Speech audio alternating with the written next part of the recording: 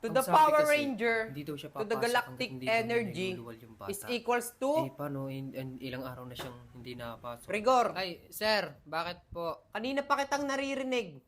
Ha?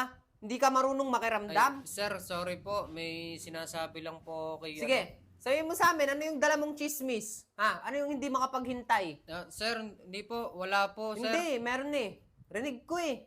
Share mo naman sa amin. Hindi po, sir. About po yung kay Susan. Kaya po hindi napasok. Buntis daw. Oo nga, Eh. sir. Kaya nga po. Ano tunay yun? Opo, sir. Yun din po yung mga tunay na nangyari. Kaya nga po.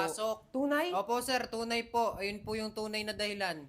Oh, tama pala yung pinag-uusapan namin sa faculty room. Opo, sir. Tunay po talaga yun, sir. Kaya nga po, sir. Kunyari lang po may sakit pero buntis po talaga. Guys, circle. Ayun, Circle dito. Ayusin nyo yung buwan yung dali. Tama na ako Kwentuhan dyan. natin. So, paano mo nasabi? Paano mo nasabing buntis? Ang totoo po niyan, sir, mag-best friend po talaga kami dalawa ni Susan. Ngayon po, sa akin po siya nag-o-open. Kaya wala alam mo lahat ng nangyayari. Tapos pinabackstab mo? Backstabber ka pala. Oo, sir.